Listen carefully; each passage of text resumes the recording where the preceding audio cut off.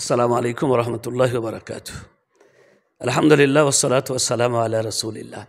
আসর আর ফজরের নামাজের ফজিলত সম্পর্কে জেনেছি। আরও ফজিলত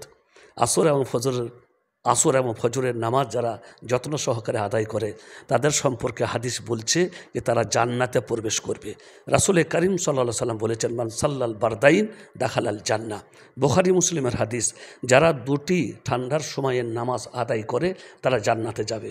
ঠান্ডার সময় মানে হচ্ছে আসর এবং ফজরের নামাজ।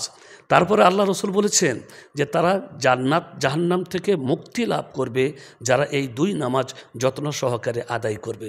আল্লাহ নবী বলেছেন, ওমর বিন রুবাইয়া থেকে হাদিসটি বর্ণিত, তিনি বলেন, সামিত রাসূলুল্লাহ সাল্লাল্লাহু আলাইহি সাল্লাম, আমি আল্লাহর নবীকে বলতে শুনেছি, আল্লাহ রসুল বলেছেন, লাইয়ালে জান্নার আহাতুন সাল্লা কাবলা তুলু ইশামসি ওয়া কাবলা গুরুবিহা।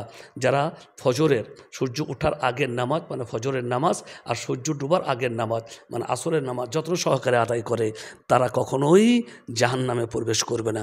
আল্লাহ নবী আরও বলেছেন, মান সাল্লা সুবহা ফাহুয়া ফি দিম্মাতিল্লাহ ফালা ইয়াতলুবান্নাকুমুল্লাহ মিন দিম্মাতিহি বিশাই। যারা ফজরের নামাজ আদায় করে তারা আল্লাহর দায়িত্বে হয়ে যায়, মানে আল্লাহ তাদের হেফাজত করেন। আল্লাহ যেন তার দায়িত্বের কোনো জিনিস তোমাদের কাছে চেয়ে না বসেন। এ হাদিস বর্ণিত হয়েছে মুসলিম শরীফে। আল্লাহ আমাদেরকে তৌফিক দান করুন।